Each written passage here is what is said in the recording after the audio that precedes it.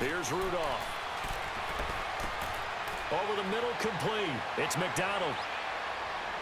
And all the way inside the 15 before they drop him. He got 29 yards that time. Not only have they completed a couple on this drive, but they peeled off some pretty good chunks of yardage, too. Absolutely. Great start. 2 nice plays in the pass game. Now can they continue to feed off that? 2 minutes remain here in the first half. Back to Denver right after this. And we remind you, coming up at the half, we'll join who, Charles? The coach. The coach, Jonathan Coachman, standing by in Orlando. He'll have stats and scores from games in progress, as well as scores from earlier today. The coach. Sorry, we get slap happy up here sometimes. No gain on the play there, second down. Well, we just saw a great example of what we talked about with his coach prior to the game. He's definitely one of the better linebackers at reading a play and flowing to make the stop before it turns into something big. Here's Rudolph. That's complete right around the 8. And he'll be brought down here at the 3-yard line. They'll get 9 there as that sets him up better for third down. As a passer, you're always trying to find that open window to throw the ball downfield. How about this one? Right in the middle of the field, right in the heart of a defense. Rudolph on third down. And caught in the end zone. Touchdown, Steelers. As his guys are in for 6. And the Steelers are able to strike for 6. So it goes for a rookie quarterback. He had the INT earlier in this first half, but he bounces back with a touchdown pass. And you have to like the mental acumen, the toughness, the fortitude of him, because oftentimes for a rookie, you throw an interception early, you're taken right out of the game, or mentally you check out a little bit. Give him a lot of credit for bouncing back. Extra point put through by Boswell. And that makes it a 7-3 lead. So that drive spanned 5 plays. And it ends with the Steelers finding the end zone.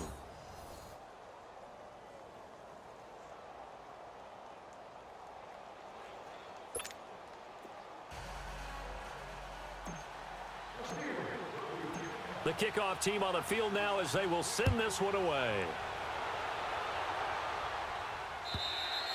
And that one carries out of the side of the end zone here. So it's a touchback and bring it out to the 25.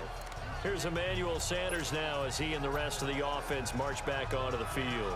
He's been good so far to this point in the second quarter. Need to get him even more involved, maybe? I would agree with that. Definitely. Yeah, it's not even a question for me. The way he's playing, he's doing a nice job. Increase things.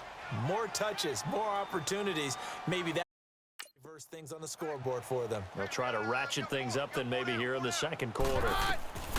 On 1st and 10, Keenum. They'll try and set up the screen. It's complete. And this one goes nowhere. Losing yardage back at the 22. That'll set them back with a loss of 3 on the play. And that'll make this a 2nd and 13. Back to throw, Keenum. And an incomplete pass. That'll stop the clock here with just under a minute to play in half number 1. And now following the incomplete pass, we'll get a timeout here for an injured player. We'll step aside and get a report when we come back to Denver.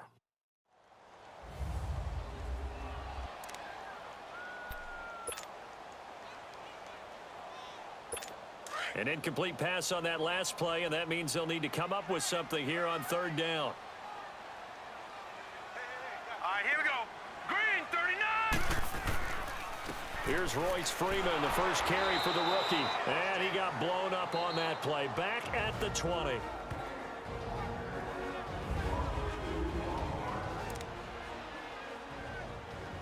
Here's Marquette King now. As the drive goes backwards, so he's on to punt it away. Now Brown.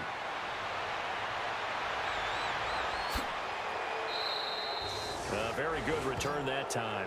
18 yards. And the Steelers will go on offense here, 1st and 10. And Pittsburgh getting set to take the field. And it's only November, but the playoffs, we know how it works. They'll be here before you know it. If it ended today, they would be the number 1 seed.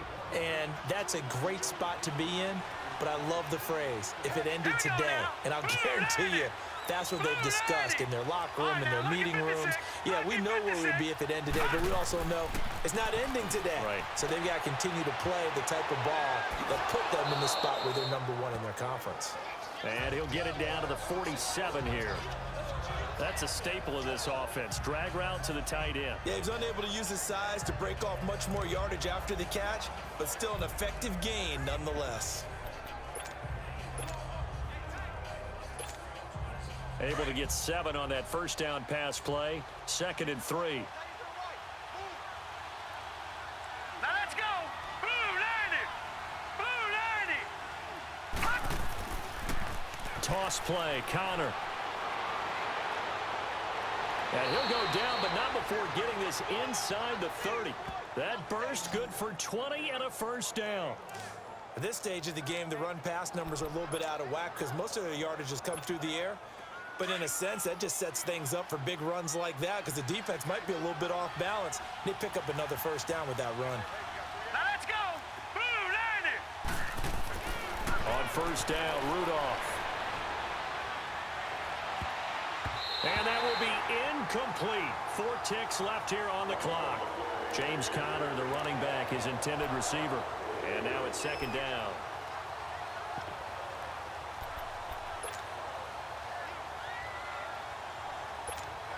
So with 4 seconds to go in the half, here's the field goal unit onto the field. From the right hash, this from 44 yards out. And that is not going to get there. Oh, he missed it short. We now proceed to the start of the second half. So we've reached halftime here with the visiting Steelers out in front. So time for the second half as the Steelers have the lead, and they will also be receiving the football here to start the third quarter. And the decision to bring it out will cost him about 5 yards as he'll get this only back to the 20. The Steeler offense now with a football first here to begin the third quarter. They have the lead. Now they'll be looking to extend that lead. And this is where I enjoy talking about one of my favorite subjects, tendency breakers, or counters as I also like to call them. You've done things in a certain way in the first half, and they've had the ability to see what you've done. They're going to make their adjustments. So guess what? You adjust yourself and try and stay ahead of the pace because you are looking for some separation in this ball game. The adjustment to the adjustment. Without a doubt. Show them one thing, hit them with something else. Sometimes with the running game, you've just got to stick with it. Look, it's the third quarter, no time to panic.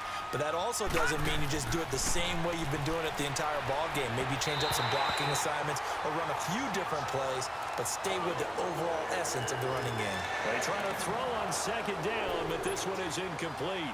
Well, pretty good coverage there, and both of these defenses, they've had good coverage throughout this one. No doubt about it, and in today's NFL, where we're used to a bit more scoring, this feels almost like a well-pitched game in baseball on both sides where the tension continues to build. Who's going to make the big play? And now the 3rd down throw incomplete as well. And he couldn't hang on to it through the contact. Incomplete. The beauty of being able to play a zone defense when you can sit back and see the ball coming out of the quarterback's hands, guess what? It creates a lot of confusion, kind of a muddle in the middle of the field. Into heavy traffic, and it's intercepted. Picked off by Justin Simmons. And they're going to be set up in the red zone right around the 17-yard line. That interception sets them up beautifully already in the red zone. And you can hear it all the way up here.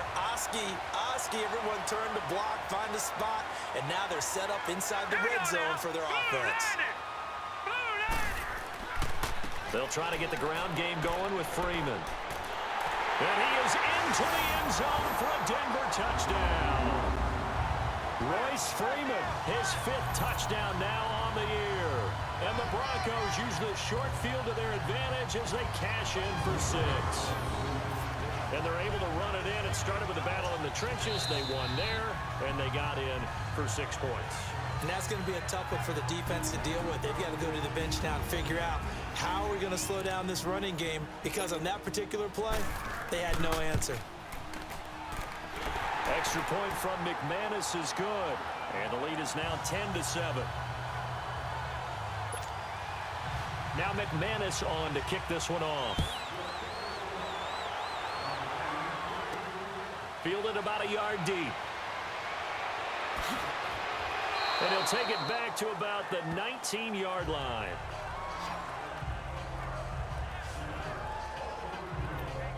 Mason Rudolph leading this offense out for their next possession. He's hoping to channel his first half play. They had the lead at halftime, was playing well. Flip the script here in the third quarter a little bit. I think he misses the Pee-wee days, you know, when you just got the orange slice at halftime, right? And remember, there weren't any real adjustments then, right? You weren't looking at some tape, right? You weren't looking at stuff off of the surface tablets. You just went back out and played. Right now, maybe the adjustments have caught up to him. Well, we'll see. Maybe he just needs a couple orange slices here for this drive.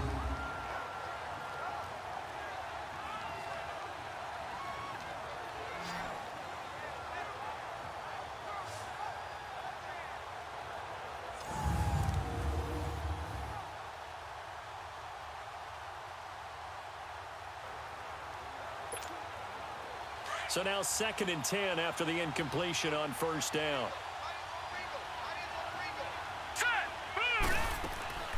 They'll run it now out of the gun. And he'll get this up over the 25 to the 26. 2nd down, a little more productive than first. 7 yards on the gain. It gets him to 3rd and 3 now. Getting had a ton of success here so far, but you get the feeling that he might be on the verge of popping one. Yeah, even on that one, there was a little bit of a hole, but it closed there quickly at the end. And he finds McDonald. And down he goes, but he takes it up to the 40. That one good for 14 yards and a Steeler first. One of the advantages of zone defense, as I remember it, is being able to see the play develop in front of you. One of the disadvantages, when they find those levels where they can hit you with it. Sometimes behind the corner and in front of the safety, it makes it tough to defend. They run with Connor. And he'll be taken down, but not before he works it past the 50. Back-to-back nice plays, 12 yards that time and a first down. Well, so much for him being bottled up throughout the day. Finally finds a way to break through and get a really nice gain. The defense had felt great about what they had going. Now they've got to turn their attention to getting it back in that direction. Can they bottle him up again? Because I'd say after that run, confidence is pretty high for him.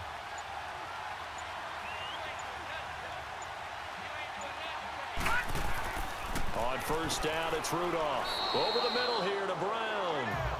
And this time he's able to take it down to the 42. Nothing fancy on first down, but a very consistent type of a play. Hit that slant. A lot of people call it an extension of the running game, and it can be if that pass is completed, because you hit a guy on the run like that, you often can go for big yardage. Sets him up nicely for 2nd down, staying ahead of schedule.